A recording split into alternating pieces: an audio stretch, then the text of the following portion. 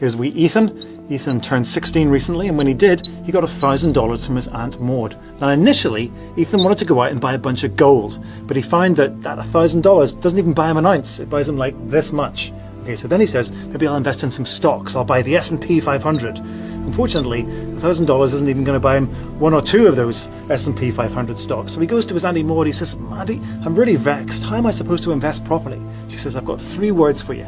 Exchange traded funds, or ETFs. And ETFs are exactly what they sound like.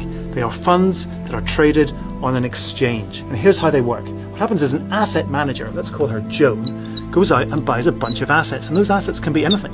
Right? They can be loans, they can be stocks, they can be bonds, they can be commodities like gold or silver or palladium. Anyway, she takes those assets and she puts them into a fund.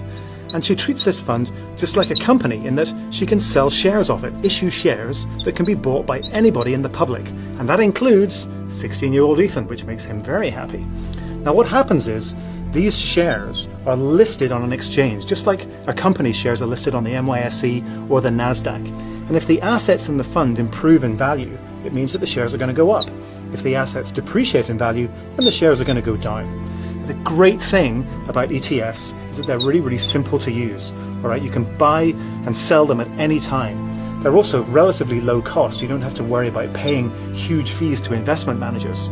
Are they better or worse than index funds? Well, it really depends on what it is that you want to achieve. But before you go rushing out and buying ETFs, make sure you consult an investment manager, because he or she can help you make the decision about what kind of investment to buy so it doesn't leave you very badly.